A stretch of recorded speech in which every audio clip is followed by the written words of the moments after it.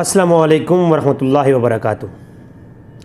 बहुत सारे दोस्त अब एक सवाल कर रहे थे कि डॉक्टर हाफिज़ ज़ुबैर साहब के जवाब में आपने जो रद्द किया है और उनको तनकीद का निशाना बनाया है, तो इसमें क्यों आपने इस मौक़िफ़ की जो डॉक्टर साहब का मौक़िफ़ है उसका रद्द क्यों किया है? हालांकि वो मौक़िफ़ तो इंतहाई महफूज तरीन मौक़िफ़ है कि वो जो शिर्क की तरफ ले जाने वाला सबब है, वसीला, उसको उन्होंने बिदअत करार दिया है और इस्तिग़ासा को शिर्क करार दिया है। और वो ये कहते हैं कि इस्तिग़ासा जो है वो सिर्फ़ अल्लाह से करना चाहिए और जो वसीला है इसकी ज़रूरत नहीं है। ये हिंदू मत का अक़ायद है और मुशरिकीन मक्का के अक़ायद में से है।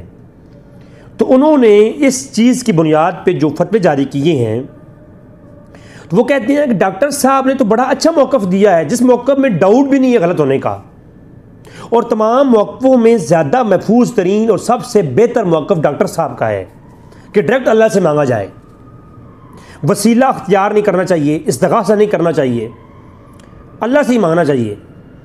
तो ये जो मौक़िफ़ है डॉक्टर साहब का, ये तो इंतहाई अच्छा मौक़िफ़ है जिस पे एतराज़ ही नहीं है, उम्मत जिस पे जमा है। इख्तिलाफ तो वसीला और इस्तिग़ासे के मौजू पर है, डायरेक्ट अल्लाह से मांगने पर तो किसी का इख्तिलाफ नहीं है।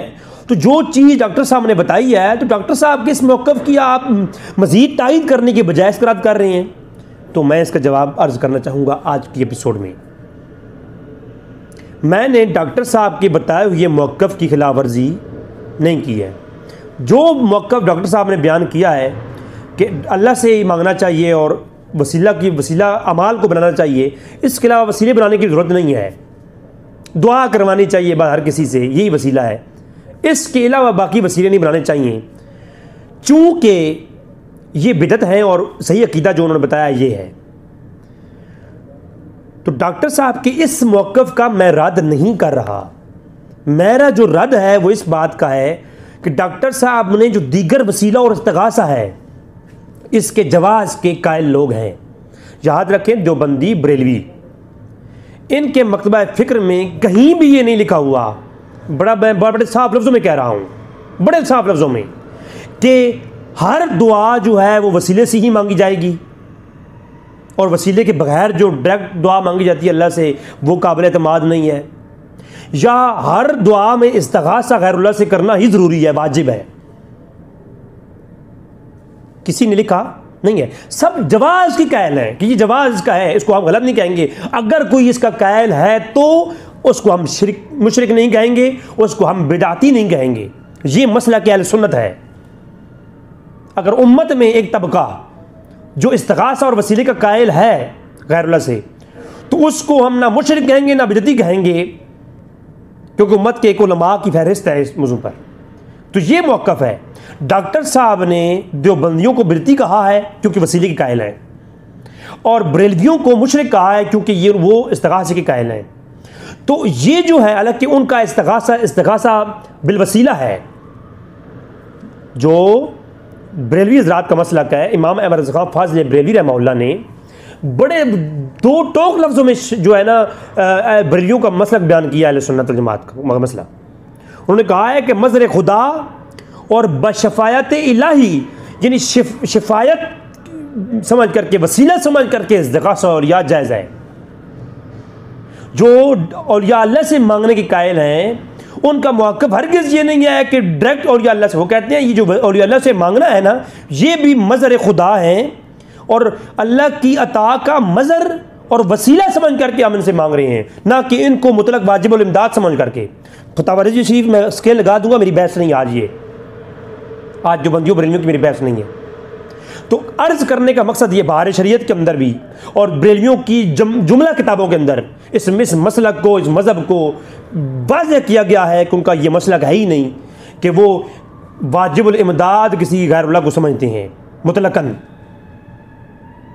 बाशफ़ायत इलाही, मज़र खुदा, बावसीला। और इमाम रज़ा ख़ान फ़ाज़िल बरेलवी ने जो है बतौर वसीला इस्तिग़ासा को जायज़ कहा है। किसी शख्स पर ईमान रखना और उसको कामिल तौर पर उसे इमदाद के काबिल समझना, ये इमाम रज़ा ख़ान फ़ाज़िल बरेलवी ने इसको गुमराही कहा है। तो ये जो दो मसलक हैं हिंदुस्तान पाकिस्तान के अंदर जो बंदी और बरेलवी, इन पर जो फतवे लगाए हैं ना डॉक्टर साहब ने, मैं उनका रद्द कर रहा हूं। मैं दो टोक कहता हूं कि डॉक्टर साहब ने जो ये फतवे लगाए हैं, ये फतवे ना लगाते, उनके जो उन्होंने जो मौजू पेश किया है, इस मौजू पे हमें इख्तलाफ नहीं है। तो जिस मनहज को उन्होंने बिदअत और शिर्क कहा है, मैं उस मनहज को कुरान और हदीस से और अइम्मा मुहद्दिसीन से पेश कर रहा हूं कि ये उलमा का एक तबका है, इसको किसका कायल है, वसीले का भी कायल है और बाद अज वफात भी वसीले का कायल है। जैसा कि मैं आपके सामने सबसे पहले मुख्तसरन में पेश करूंगा, जल्द अज जल्द इस टॉपिक को क्लोज करना चाहूँगा आज। ये सबसे पहले मैं आप लोगों के सामने जो अर्ज़ करना चाहूँगा ये है मेरे सामने, यानी सहाबा ताबीन तबा ताबीन की जो फहरिस्त है वहाँ से शुरू करूँगा। अगर बाज़ रवायतें, मैं उलूल हदीस की तरफ नहीं जाऊँगा, कि बाज़ रवायतों की सनद पर बहस आ जाए, किसी मुहद्दिस ने फटी पुरानी किताब में ये नहीं लिखा सनद ज़ईफ़ हो जाए तो उसके मतन पे भी कलाम होगा। कई रवायात ऐसी हैं, मेरी बहस नहीं है, जिनकी असनाद आज दिन तक भी कभी साबित नहीं हो सकी, मगर उम्मत का उन पर अमल है। मैं इंशाल्लाह इस पर क्लिप लाऊंगा, उम्मत का उस पर अमल है। तो मतलब ये है कि बाद असनाद तो ज़ईफ़ होती हैं मगर मतून जो है काबिल एहतजाज होती हैं, और जिन रवायात के मतूनों पर अइम्मा मुहद्दिसीन अमल कर लें तो वो जनाब रवायात काबिल एहतजाज समझ जाती हैं, अगर उनकी बासनाद हसीयत ज़ोफ़ के अंदर भी शामिल हों। ये एक बहस अलग है मेरी, लेकिन चूँकि किसी भी मज़हब के बारे में किसी रवायत का मिल जाना, उसके बारे में एक इबाहम पाया जाना तो साबित है, हो गया ना, एक डाउट तो पाया गया कि ये मज़हब भी है, किसी का गुजरा है। तो डाउट एबल भी अगर किसी के बारे में मज़हब हो तो फिर उसके ऊपर जो है इल्तिज़ाम और लज़ूम की बहस होगी।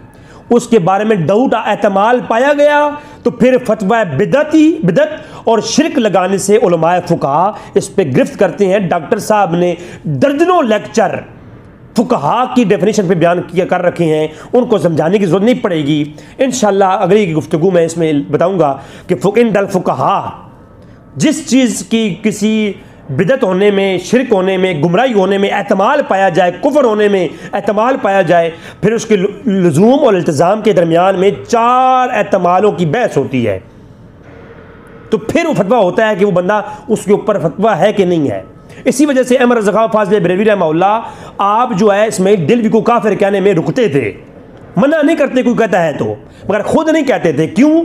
वो भी एहतमाल और लज़ूम इल्तिज़ाम की बहस में जाके ये फतवा देते थे। ये एक लंबी बहस है, उस तरह मैं जा नहीं रहा। तो यानी एहतमाल तो पाया गया, अगर सहाबा किराम से भी कुछ वाक़ियात मिल जाएँ इस तरह के, मैं कोशिश करूँगा कि आप लोगों को सही तरीके से कम वक्त में मैं बता पाऊँ। सबसे पहले अम्मी आयशा सिद्दीक़ा सलामुल्लाह अलैहा के मुतल्लिक़ मैं आपके सामने रवायात रखूँगा।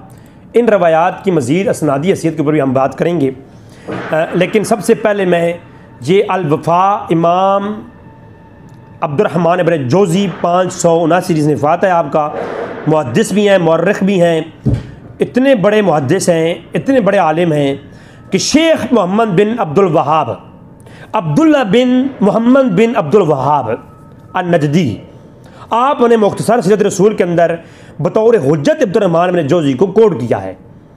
और अजबो अरबो अजम के अंदर कोई बंदा भी इनकी मैंने नहीं देखा जो इनकी शान और मुहद्दिसियत, और इन्होंने इलल के ऊपर भी काम कर रखा है। इतने बड़े मुहद्दिस, रवायात के तय तक जा कर के, यानी हदीस की इलल का इल्म भी अब्दुर्रहमान बिन जोज़ी के मुकाबले में कोई भी नहीं जानता, ऐसे उस ज़माने के इमाम हैं। तो अब्दुर्रहमान बिन जोज़ी बाब कायम करते हैं, अल-बाबुल तासे वल सलासून फ़ी इस्तिस्काए बिक़ब्रिन नबी सल्लल्लाहु अलैहि वसल्लम। और रवायत है, वो कहते हैं, रवायत पेश करके कहते हैं कि एक तो यहाँ एक रवायत है भी नहीं, इस बाब चैप्टर में बहुत सारी रवायतें हैं, मैं सिर्फ एक पेश करूँगा यहाँ पर। वो ऊपर बाब कायम करते हैं, तर्जमतुल बाब, और मुहद्दिसीन का अकीदा तर्जमतुल बाब में हुआ करता है। मुहद्दिस जब भी किसी रवायत के ऊपर चैप्टर कायम करे और उसकी दलील पर रवायत लाए अपनी, तो उसका मतलब ये है कि मुहद्दिस के नज़दीक वो रवायत कवी है कि वो अपने एक बाब कायम करके उसके ऊपर दलील वो रवायत ला रहा है। और जब भी ये उस उलमा का पेट रूल है, मुहद्दिसीन का पेट रूल है, मुहद्दिसीन कभी भी तर्जमा मतलब बाब के नीचे ज़ईफ़ रवायत नहीं लाया करते। ठीक है, अगर रोज़ा जिसका टूट जाए या जो रोज़ा नहीं की गिनती पूरी ना कर सके या रोज़ा टूट जाए, उसने 60 मस्किनों को खाना खिलाना है, तो अगर इसके ऊपर एक मुहद्दिस चैप्टर कायम करे कि रोज़ा तोड़ देने वाले का कफ़ारा 60 मस्किनों को खाना, और नीचे एक रवायत लाए, एक ही रवायत लाए, और वो रवायत असनादी तौर पर ज़ईफ़ हो, मगर ये उलमा का पेट रूल है। इस अपने नज़र की मैं गुफ्तगू कर सकता हूँ, दिगर उलमा की गुफ्तगू कर सकता हूँ कि जब इमाम बुखारी रहमतुल्लाह का भी ये तरीका है कि जब वो किसी हदीस पर तर्जमा मतलब बाब कायम करते हैं तो उसके अंदर जो हदीस लाते हैं वो उनके नज़दीक कितनी कवी है कि वो अपने तर्जमा मतलब बाब को साबित कर रही है। तो बाब ये कायम किया कि कब्रों से इस्तिस्का, हाय हाय हाय, बारिशों की दुआएं कब्रों से करने का चैप्टर, या कब्रों के वसीले से बारिश की दुआ करने का चैप्टर है ये। अच्छा, इसमें अन अबी जौज़ा के हवाले से है कि मदीने में कात पड़ गया तो अम्मी आयशा सिद्दीक़ा सलामुल्लाह अलैहा के पास लोग गए, तो उन्होंने कहा कि इधर क्यों आए हो, अल्लाह के रसूल की कब्र तरफ जाओ, और आसमान और कब्र रसूल के दरमियान में जो छत है उसमें से खिड़की निकाल दो। अभी मदीना में इंशाल्लाह कल जा रहा हूँ फिर से, तो कल भी मैं मदीना में जा करके इसकी कन्फर्मेशन मज़ीद भी करूँगा। और इससे पहले भी एक बंदे ने मुझे कहा था कि वो छत जो थी उसको ऐन मुताबिक जब सबसे गुंबद रखा गया इस कब्र अनवर के ऊपर, तो तब भी उस जो छत की सुराख था ना उसको वहीं का वहीं छोड़ा गया, ताकि वो जो एक आ रहा है हमेशा से वो वैसा वैसा रहे। और आज भी सबसे गुंबद के ऊपर वो छत, वो खिड़की मौजूद है। ये कहा जाता है कि सबसे गुंबद रखने से पहले वो खिड़की बनाई गई थी जो उस वक्त आयशा ने निकलवाई थी। तो मैं आज फिर भी जाऊँगा किसी से, वहाँ मज़ीद भी इसके बारे में मालूमात लूँगा जो वहाँ के बड़े बड़े लोग हैं। तो खैर ये रवायत मौजूद है जी, जो बतौर दलील लाए हैं इमाम जौज़ी, उसके अंदर मौजूद है कि हुज़ूर की कब्र अनवर पर लोग गए और दुआ मांगी और कब्र अनवर के दरमियान में छत को हटाया तो मुसलधार बारिश हुई। और फिर आम उल फतह के उसकी जो है उस मिसाल का नाम ही खुशहाली का साल रख दिया गया। फिर दूसरी किताब है मसनद दारमी, और इस मसनद दारमी के अंदर हकीम नीचे लिखता है कि रजाल और सिक्का तो वह मौकूफ़ वाला आयशा थे, कि ये आयशा का अमल है, ये मौकूफ़ है आयशा तक, सहाबिया का अमल है। और इसके रजाल सिक्का हैं कि वहाँ भी चैप्टर कायम किया कि बाबो मा अकरम अल्लाह ताला बिन नबी सल्लल्लाहु अलैहि वसल्लम बाद मौतिही, कि अल्लाह इकराम करता है मौत के बाद भी, नबी करीम सल्लल्लाहु अलैहि वसल्लम की मौत के बाद भी उनका लिहाज होता है। फिर अब यहाँ पूरी सनद पेश की, और वही अब जो है ना अबू जौज़ा औस बिन अब्दुल्ला के हवाले से कि मदीना में कैद पड़ गया और आयशा सिद्दीक़ा सलामुल्लाह अलैहा का जो अमल है, उन्होंने कहा उन्ज़ुरू कब्र नबी सल्लल्लाहु अलैहि वसल्लम, तो वो लोग गए और जाकर के कब्र अनवर पे वो हज़ूर के वसीले से दुआ मांगी और दरमियान में खिड़की छोड़ी तो मुसलधार बारिश हुई। ठीक है, तो ये अम्मी आयशा सिद्दीक़ा सलामुल्लाह अलैहा का अक़ीदा भी आ गया। क्या इन सहाबा किराम के ऊपर और इन मुहद्दिसीन के ऊपर जिन्होंने एक बाब कायम करके उस बाब की दलील पर पहली हदीस ये ला रहे हैं। और मसनद दारमी में रवायत का नंबर 93 है, और इब्न जौज़ी की जो किताब है इसमें 1534 नंबर अल वफ़ा के अंदर ये रवायत का नंबर है। एक चैप्टर है पूरा ये। फिर इब्न जौज़ी की जो किताब है इसके बारे में मैं कहना चाहूँगा इब्न मुलैका के हवाले से कि 1532 नंबर रवायत है। जौज़ी रहमतुल्लाह जो हैं, इब्न जौज़ी ने अपनी वफ़ा के अंदर ये इस चैप्टर के साथ मज़ीद रवायती भी लाए हैं।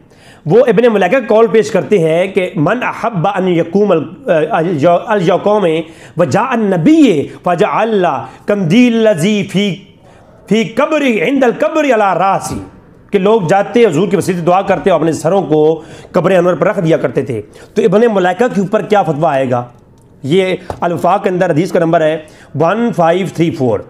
फिर जो है अबी फदैक कहते हैं कि लोग आकर के दुरूद शरीफ पढ़ते हुज़ूर की कब्र पर और कहते सल्लल्लाहु अलैहि या मुहम्मदो, फिर कहते सल्लल्लाहु अलैहि या फलानुन, एक पूरी लंबी रवायत है। तो वो कहते हैं हिंदन कब्र नबी सल्लल्लाहु अलैहि वसल्लम, इन वो दुआ करते और अल्लाह तबारक ताला उनके दुआ से इन अल्लाह व मलाइकतहु युसल्लूना अलन नबी पढ़ते, फिर या मोहम्मद कहते, फिर वो बिकौलिहा सबईन मर्रतन, इतनी दफ़ा वो कहते और फिर वो अपनी हाजत पेश करते अल्लाह के रसूल की बरगाह में, और उनकी वो वहाँ से पलटने से पहले हाजतें पूरी हो जाया करती थीं। ये ऊपर उनका अपना एक तो कौल आ गया, फिर अपना मसलक बयान किया कि हो जाया करती थीं। तो इब्ने फदैक के ऊपर क्या फतवा आएगा, इनके बारे में मैं आगे चल के गुफ्तगू आएगी, इब्ने फदैक कौन है और किन किन साहबा और ताबीन का फैज़ है इनके पास। और इसके अलावा ये इमाम जोजी भी फतवा आएगा। पहले तो ये बताएं अब्दुर्रहमान जोजी पर, ये बरेलवी देवबंदी तो बिदती मुशरिक तो बात की बात है, बड़े मुशरिक कौन हुए ये। तो कायनात में ये मुवाहिद कौन बचा है? 1925 के बाद के मुसलमान सिर्फ तौहीद परस्त हैं, पहले सारी कौम में मुशरिक गुजरी है। यार खुदा के लिए पता नहीं दुनिया किधर किस तरफ चल पड़ी है, और जो डबरू घुमाता है लोग उधर ही। फिर हाफिज़ इब्न कसीर, मैं आता हूँ एक और रवायत की तरफ, क्योंकि डॉक्टर साहब ने अपनी लेक्चर के अंदर कहा है कि हम तफसीर के हवाले से बात करेंगे, तो मैं ज़रा तफसीर से भी मैं मुफस्सिरीन का भी अकीदा पेश कर दूँ। ये मेरे सामने है सूरह निसा की तफसीर इब्न कसीर, तो यहाँ आयत नंबर 64 सूरह निसा, यहाँ पर कहते हैं वक़द, इब्न कसीर कहते हैं वक़द ज़करा जमा मिनहुम शेख अबू नसर बिन सियाह फ़ी किताब ही शामिल, शेख मोहम्मद अबू नसर ने अपनी किताब शामिल का जिक्र किया है, और इस पूरी जमात का मज़हब, एक का नहीं जमात का मज़हब। इब्न कसीर के दौर में बरेलवी थे, अहमद रज़ा खान फाज़ बरेलवी की तालीमात थी। खुदा की कसम मैंने सूडान के लोगों को देखा है, मैंने अफ्रीका के नाइजीरिया के लोगों को देखा है, जो अकीदा नाइजीरिया वालों का है वही हिंदुस्तान वाले बरेलवियों का है। तो आप मुझे बताएं वो सारे मुशरिक हैं? अहमद रज़ा खान ने जाकर के नाइजीरिया वालों को बताया था कि ये वसीले लेना जायज़ है। 2 दिन पहले सूडानी से मेरी यहाँ बात हो रही थी, ये सूडान में जाकर के बरेलवियों ने अकीदे बताए हैं वसीले के और इस्तिग़ासे के, यानी पूरी कौम मुशरिक बैठी हुई है पूरी दुनिया के ममालिक में। तो इब्न कसीर कहते हैं कि एक पूरी जमात है, और वो उस जमात में शेख अबू नसर बिन सिगा ने इसको बयान किया शामिल अपनी किताब शामिल के अंदर, और ये मशहूर है अन आसिबी का कौल, काला कुन तो जालिसन इंद नबी कब्र नबी सल्लल्लाहु अलैहि वसल्लम फजा अराबी फकाल अस्सलामु अलैका या रसूलल्लाह समेत यकूलु वलौ अन्नहुम इन ज़लमू अनफुसहुम जाऊका फस्तगफिरुल्लाह वस्तगफिरुल्लाह रसूल लवजदुल्लाह तव्वाबर रहीमा। ये आयत पढ़ी, और आयत पढ़ने के बाद अपनी हाजत रखी, तो फिर कहते हैं कि वो इराबी अगर वहीं पर था कि एक पास शख्स सोया था, वो वारई तो नबी सल्लल्लाहु अलैहि वसल्लम, फिर 9 में देखा फ़काला कि उसने कहा कि अलग सुने फरमाया है तू परेशान ना हो, तुमने आके जो बात की है तेरी मुराद हाजत पूरी हो गई है, तेरे गुनाह माफ़ कर दिए गए हैं।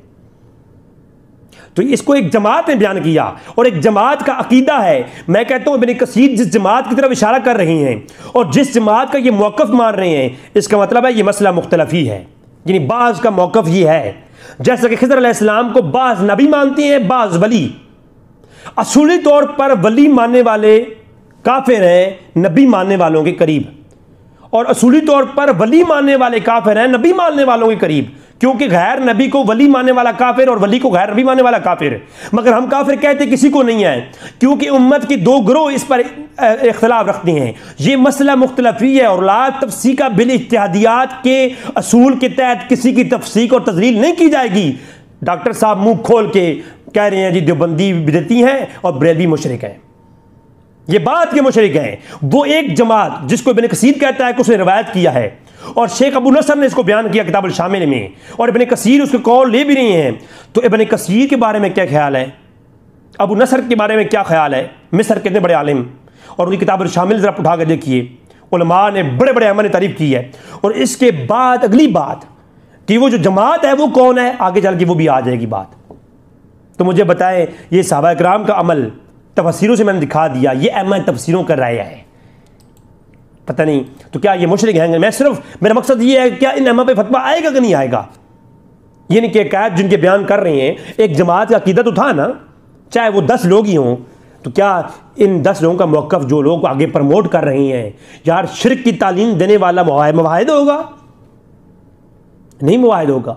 तो ये रवायतें नकल करने वाले और बतौर हुज्जत और कहते हैं दलील है।